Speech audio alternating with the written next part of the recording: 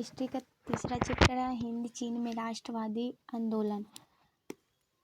दक्षिण पूर्वी एशिया में वियतनाम, लाओस और कंबोडिया 3 लाख वर्ग किलोमीटर के क्षेत्र को ही हिंद चीन देश कहा जाता है। वियतनाम पर चीन का प्रभाव था, परंतु लाओस, कंबोडिया पर भारतीय संस्कृति का प्रभाव था। चौथी शताब्दी में कंबोज राज्य की स्थापना हुई और वहाँ एक भारतवासी राज्य बना। कंबोज भारतीय संस्कृति का प्रधान केंद्र बना और 12वीं शताब्दी के राजा सूर्यवर्मन द्वितीय ने अंकोर मंदिर का निर्माण करवाया, परंतु 16वीं शताब्दी में कंबोज का पतन हो गया और आंतरिक संघर्ष की स्थिति उत्पन्न हो गई। 1498 ईस्वी में बाद पुर्तगाली, डच, इंग्लैंड फ्रांसीसियों का व्यापार हेतु आगमन हुआ, परंतु फ्रांसीसियों ने यह राजनीतिक प्रभुत्व कायम करने की कोशिश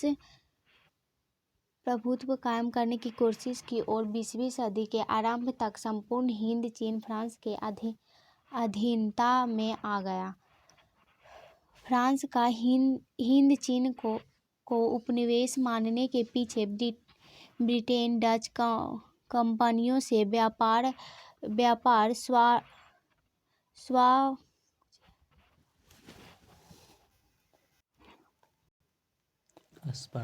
स्पर्धा थी। भारत में फ्रांसीसी पिछड़ रहे थे तथा कच्चे माल की आपूर्ति भी उपनिवेश से होती थी और बाजार की उपलब्धता था। कोयला, टीन, जस्ता, क्रोमियम और रबर का दोहन शुरू हो गया था। किसानों का शोषण भी शुरू हो गया था। इसके साथ ही फ्रांसीसियों ने कृषि उत्पादकता बढ़ाने हेतु नहरों के व्यवहार, साथ ही कृषि योग्य भूमि क्षेत्रफल भी बढ़ाया गया, जिसके फलस्वरूप 1931 ईस्वी तक वियतनाम विश्व का तीसरा बड़ा निर्यातक देश बन गया।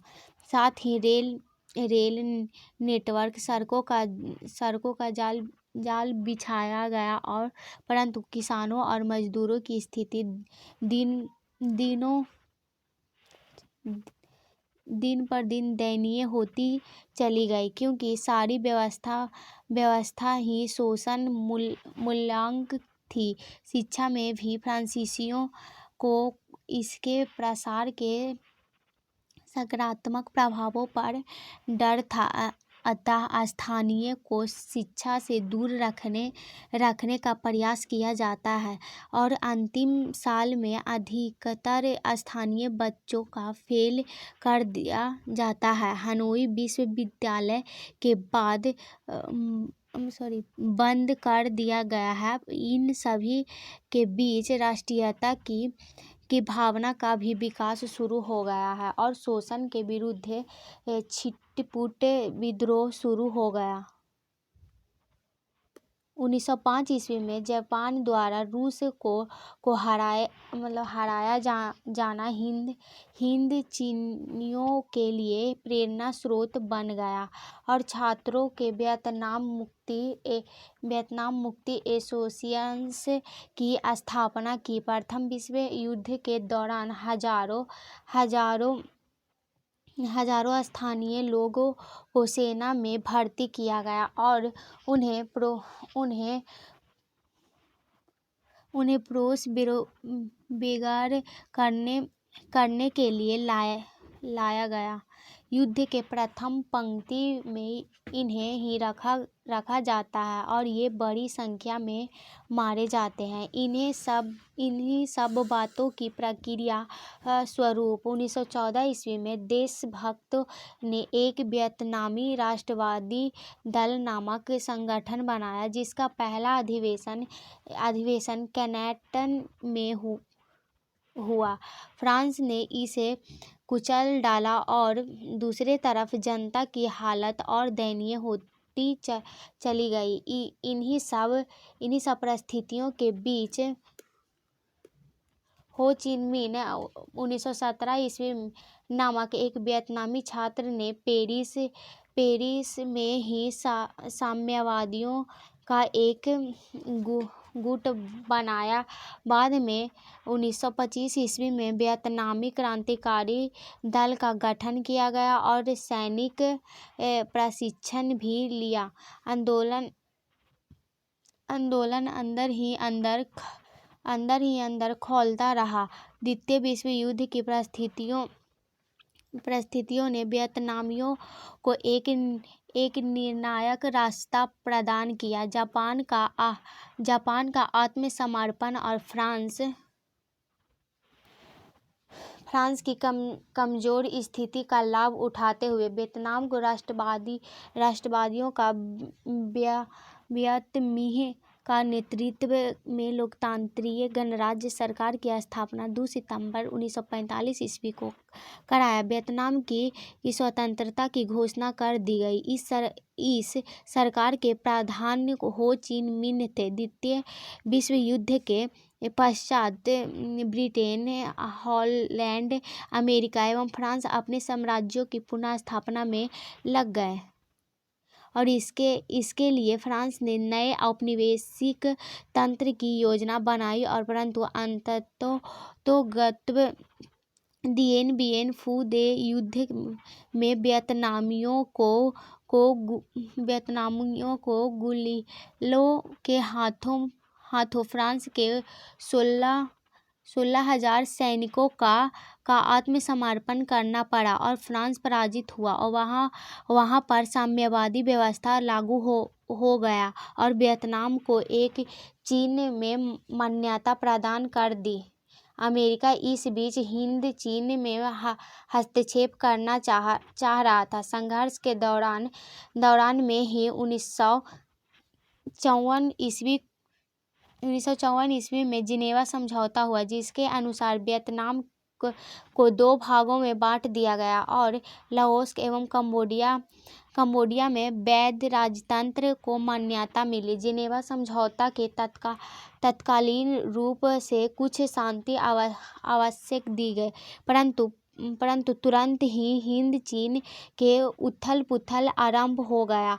हिंद चीन पर साम्यवादी प्रभाव बढ़ता जा रहा था और अमेरिका किसी भी परिस्थितियों में इसे बढ़ने नहीं देना चाह रहा था, परंतु लाख कोशिश के बाद भी अमेरिका सैनिक हस्तक्षेप के वामपंथ के प्रसार को रोक नहीं पाया और 1954 ईस्वी में स्वतंत्र राष्ट्र बनने के बाद राजकुमार नरोत्तम सिहानुक कंबोडिया का शासक बना, परंतु उसे अमेरिका प्रभाव स्वीकार न था। अगले फलस्वरूप अमेरिका ने 1959 को कंबोडिया में जहाज़ों द्वारा जहर की बारिश कर 40,000 एकड़ रबर की खेती को नष्ट कर दिया। अमेरिका षष्ठी से 1970 ईस्वी को राष्ट्रीय संसद ने सिहानुक को सत्ता से हटा दिया, परंतु सिहानुक ने संघर्ष शुरू कर दिया और कंबोडिया छापामार और अमेरिका सेनाओं के बीच युद्ध चलाता रहा। 5 वर्ष के बाद 1975 ईस्वी में गृह युद्ध समाप्त हो गया और सिहानुक पुनः राष्ट्राध्यक्ष बने, परंतु 1978 में संन्यास ले लिए। अब कंबोडिया का नाम कंपूचिया कर दिया गया।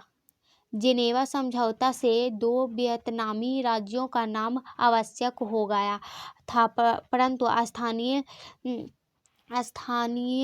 स्थानीय शांति की उम्मीद नहीं के बराबर थी, क्योंकि उत्तरी वियतनाम में साम्यवादी सरकार थी और दक्षिणी वियतनाम में पूंजीवादी। अमेरिका वियतनाम में साम्यवादी को रोकना चाहता था। 1964 को अमेरिका ने उत्तरी वियतनाम पर हमला कर दिया और यह युद्ध काफी भयंकर, बर्बर और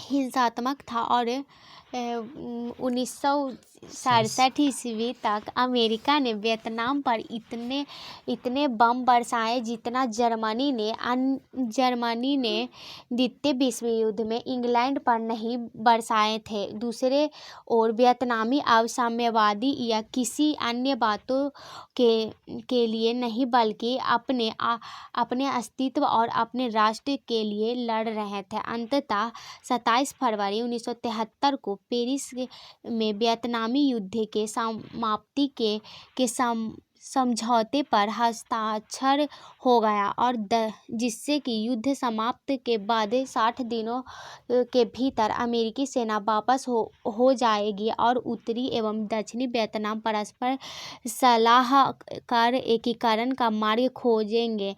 अमेरिका उन्हें असीमित आर्थिक सहायता देगा। जनवरी 1975 में दोनों वियतनामों का विलय हो गया। इस प्रकार 17 दशकों से ज्यादा चलने वाला अमेरिकी वियतनाम युद्ध समाप्त हो गया तथा धन जन की बर्बादी के अलावा अमेरिका शाखा को गहरा धक्का लगा। पूरे हिंद चीन में वह असफल रहा और हिंद चीन के सभी देशों को साप्रभुत्व उसे स्वीकार करनी पड़ी। इसका प्रश्न है ऑब्जेक्टिव, हिंद चीन क्षेत्र में कौन से देश आते हैं? उत्तर कंबोडिया, वियतनाम, लाओस। अगला है, दूसरा है अंकोर वाटिका मंदिर कहाँ है? तो कंबोडिया में। हिंद चीन, तीसरा है हिंद चीन पहुँचने वाला प्रथम व्यापारी कौन था? तो पुर्तगाली। चौथा है हिंद चीन में बसने वाले फ्रांसीसी कहे जाते हैं कोलोन। नरोत्तम सिहानुक कहाँ के शासक थे? तो कंबोडिया के। The history of the loss of Vietnam किसने लिखा था? तो फॉन वोई चाओ ने। अगला है, मार्च 1946 में फ्रांस एवं वियतनाम के बीच होने वाला समझौता किस नाम से जाना जाता है? तो हनोई समझौता। किस प्रसिद्ध दार्शनिक ने एक अदालत लगाकर अमेरिका को वियतनाम युद्ध के लिए दोषी करा दिया? तो रसेल। हिंद चीन क्षेत्र में अंतिम युद्ध समाप्ति के समय में अमेरिका राष्ट्रपति थे निक्सन। होवा आंदोलन किस प्रकृति का था? तो क्रांतिकारी और धार्मिक। अगला है, रिक्त स्थान को भरें। तो 12वीं शताब्दी में राजा सूर्यवर्मा द्वितीय ने अंकोर वाट मंदिर का निर्माण करवाया। जेनेवा समझौता ने पूरे वियतनाम को 2 हिस्सों में बांट दिया और 17वीं अक्षांश रेखाओं को विभाजक रेखा माना गया। अगला, हो चिन मिन का दूसरा नाम न्युगन आई क्लोव था। अगला, दिएन बिएन फू के युद्ध में फ्रांस बुरी तरह हार गया और अन्नामी दल का संस्थापक जुनुगुएन आई था। अगला, एक तरफ अगला अति लघुत्तरीय प्रश्न हमारा उसका पहला, एक तरफ अनुबंध व्यवस्था क्या थी? तो एक तरफ अनुबंध व्यवस्था एक तरफ की बंधुआ मजदूरी थी, जहां मजदूरों को कोई अधिकार नहीं था जबकि मालिक को असीमित अधिकार प्राप्त था। दूसरा क्वेश्चन है, वायोदाई कौन था? तो द्वितीय विश्व युद्ध में हारने के पश्चात जब जापान हिंद चीन से निकलने लगा तो हिंद चीन राष्ट्र जो कई भागों में विभक्त थे के पूरे राजवंशों को प्रतिष्ठित करने लगा और इसी क्रम में वायोदाई अन्नाम राष्ट्र का शासक बना। अगला तीसरा क्वेश्चन हमारा, हिंद चीन का अर्थ क्या है? उत्तर, दक्षिणी पूर्वी एशिया के वियतनाम, लाओस और कंबोडिया जो करीब 3 लाख वर्ग किलोमीटर क्षेत्र में फैले हैं को ही हिंद चीन कहते हैं। अगला, जिनेवा समझौता कब और किनके बीच हुआ? तो 1954 ईस्वी में जिनेवा समझौता हिंद चीन समस्या के समाधान के लिए हुआ। यह विश्व में पूंजीवादी व्यवस्था एवं साम्यवादी व्यवस्था के समर्थक के बीच ही सहमति थी। अगला है, होआ आंदोलन की चर्चा करें। यह एक बौद्धिक धार्मिक क्रांतिकारी आंदोलन था जो कि 1939 में शुरू हुआ था, जिसका नेता हिन फू सो था। इसके क्रांतिकारी उग्रवादी घटनाओं को अंजाम देने के लिए आत्मदाह भी कर लेते थे। अगला लघुत्तरीय प्रश्न, हिंद चीन में फ्रांसीसी प्रसार का वर्णन करें। इसका उत्तर, व्यापार करने के उद्देश्य से ही हिंद चीन क्षेत्र में हिंद चीन क्षेत्र में जाने वाले फ्रांसीसियों ने वहां अपना प्रभुत्व कायम करने की कोशिश की। सर्वप्रथम चीन के शासक से संधि का अन्नाम के शासकों की संधि हेतु बाध्य किया गया। उसके बाद कंबोडिया को अपने संरक्षण में लिया तथा 1783 में तोकीन में आ गई। इस प्रकार 20वीं सदी के आरंभ में संपूर्ण हिंद चीन फ्रांस के अधीन में आ गया। अगला दूसरा क्वेश्चन है, रासायनिक हथियारों एवं एजेंट ऑरेंज का वर्णन करें। रासायनिक हथियारों, यह एक तरह का कार्बनिक यौगिक है जो कि अग्नि बमों में गैसोलीन के साथ मिलकर एक ऐसा मिश्रण तैयार करता है जो कि त्वचा से चिपक जाता है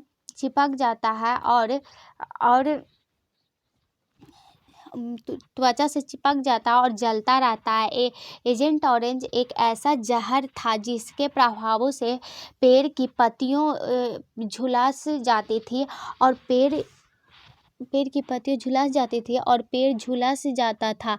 जंगलों को खत्म करने में इसका प्रयोग होता है। अमेरिका ने इसका उपयोग वियतनाम आबादी पर जमकर किया था और आज भी इसका असर जन्मजात विसंगति एवं कैंसर के रूप में नजर आता है।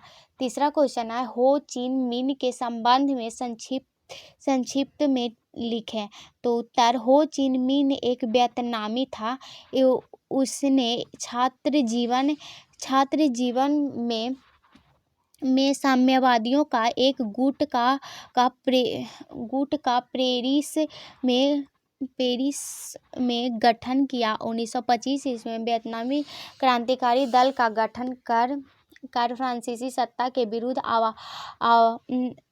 विरुद्ध आवाज उठाई। 1930 ईस्वी में उसने वियतनाम के बिखरे राष्ट्रवादियों को एकजुट कर वियतनाम कांग सन देर अर्थ वियतनाम कम्युनिस्ट पार्टी का गठन गठन के अंततः संघर्ष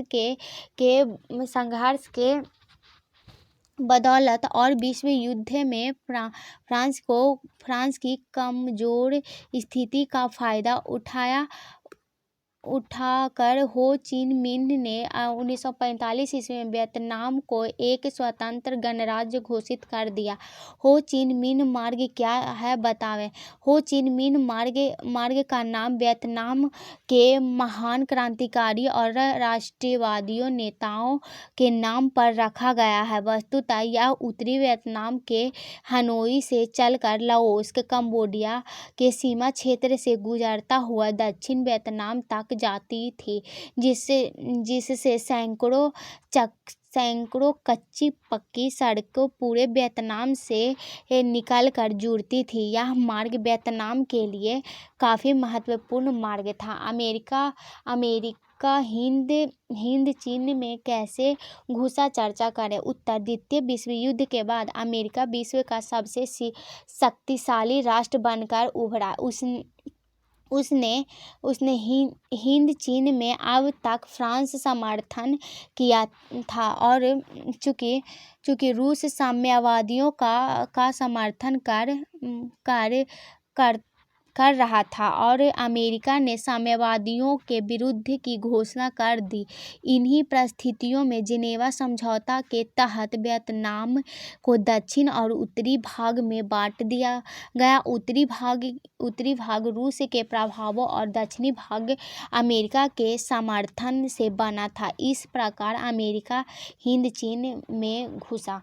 दूसरा दीर्घ उत्तरीय प्रश्न है, उसका पहला क्वेश्चन है, हिंद चीन उपनिवेश की स्थापना का उद्देश्य क्या था। तो सर्वप्रथम हिंद चीन में फ्रांस ने अपना उपनिवेश स्थापित करना चाहा।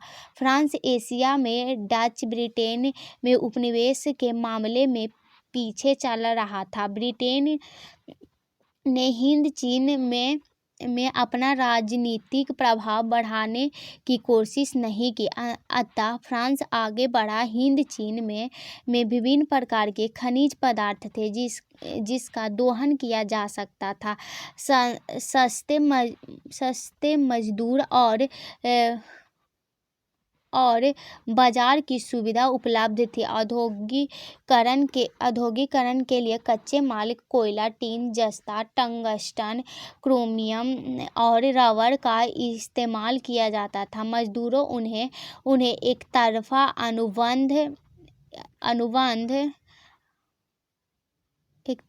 अनुबंध किया, जिससे कि मजदूरों के वापस कोई अधिकार नहीं था, जबकि मालिक के वापस असीमित अधिकार थे। इसके अलावा अब राजनीतिक एवं व्यापारिक प्रतिस्पर्धा का सामना करना भी उपनिवेश बनने का एक प्रमुख उद्देश्य था।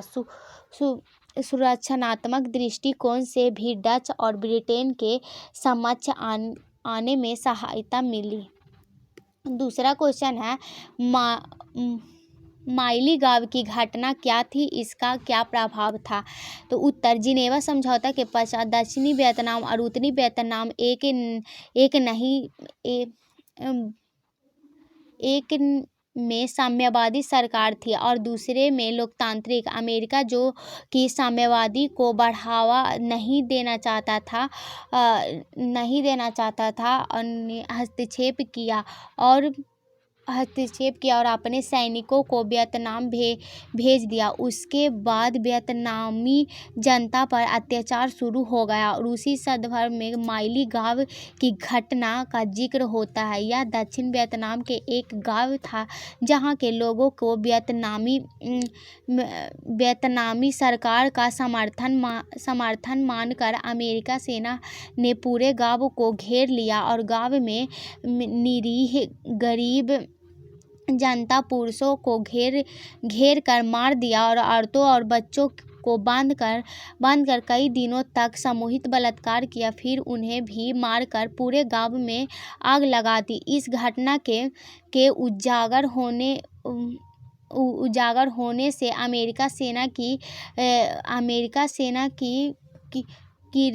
किरकिरी पूरे विश्व में होने लगी। तत्कालीन राष्ट्रपति निक्सन ने शांति के लिए 5 सूत्री योजना की घोषणा की। पहला, हिंद चीन में युद्ध विराम की देखरेख अंतर्राष्ट्रीय परिप्रेक्ष्य करेगा।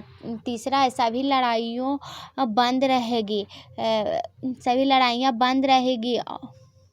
चौथा है, कोई देश अपनी शक्ति बढ़ाने का प्रयास नहीं करेगा। और पांचवा है, युद्ध विराम से हिंद चीन से संघर्ष का अंत होना चाहिए। इसे अस्वीकार कर अमेरिका फिर युद्धरत हो गया और लेकिन अमेरिका समझ चुका था कि हिंद चीन से सेना हटानी ही पड़ेगी। तीसरा क्वेश्चन है, राष्ट्रपति निक्सन के हिंद चीन में शांति के संबंध में 5 सूत्री योजनाएं क्या थी, इसका क्या प्रभाव पड़ा। मालेगांव की घटना के उजागर होने और पूरे विश्व में अमेरिका सेना की किरकिरी होने के पश्चात राष्ट्रपति निक्सन के शांति के संबंध में 5 सूत्री योजना की घोषणा की, जो कि इस प्रकार थे। पहला, हिंद चीन की संघर्ष सभी सेनाओं युद्ध बंद कर यथास्थान पर रहेंगे। युद्ध विराम की देखरेख अंतर्राष्ट्रीय परिप्रेक्ष्य करेंगे। इस दौरान कोई देश अपनी शक्ति बढ़ाने का प्रयास नहीं करेगा। युद्ध विराम के दौरान सभी तरह लड़ाइयाँ बंद रहेगी। बमबारी से लेकर आतंक फैलाने वाली घटना सभी युद्ध विराम का अंतिम लक्ष्य समूचे हिंद चीन में संघर्ष का अंत होना चाहिए। परंतु यह शांति प्रस्ताव टूट गया और अमेरिका फिर भयंकर बमबारी करने लगा। हनोई भी इस बमबारी का ध्वस्त हो गया, परंतु वियतनामी डटे रहे और अंततः 27 फरवरी 1973 में पेरिस में वियतनाम युद्ध की समाप्ति पर हस्तक्षेप हुआ और अमेरिका से चला आ रहा था युद्ध समाप्त हो गया और दोनों वियतनाम का एकीकरण हो गया। चौथा क्वेश्चन है, फ्रांसीसी शोषण के साथ साथ उसके द्वारा किए गए सकारात्मक कार्य की समीक्षा करें। तो उत्तर, फ्रांसीसियों ने हिंद चीन में अपना शोषण आरंभ कर दिया। शोषण के साथ साथ अपनी सुविधा और फायदे के लिए फ्रांसीसियों ने कुछ सकारात्मक कार्य भी किए। सर्वप्रथम, फ्रांसीसियों ने शोषण के साथ कृषि उत्पादकता बढ़ाने के लिए नहरों और जलों की निकासी का समुचित प्रबंधन किया। उसके साथ ही दलदली भूमि, जंगलों और सिंचाई रहित जमीन को कृषि योग्य बनाया गया और इन्हीं प्रयासों से वियतनाम 1931 ईस्वी में विश्व के तीसरा सबसे बड़ा चावल उत्पादक देश बन गया और इसी दौरान सड़क का जाल बिछाया गया और संरचनात्मक विकास जोरों से किया गया और जिससे कि रेलवे नेटवर्क का भी बहुत विकास हुआ और इस प्रकार सकारात्मक प्रयासों के साथ भी किसानों की स्थिति दयनीय होती चली गई। अगला है, हिंद चीन का राष्ट्रवाद के विकास का वर्णन करें। तो हिंद चीन में फ्रांसीसी उपनिवेश के कुछ दिनों बाद ही छिटपुट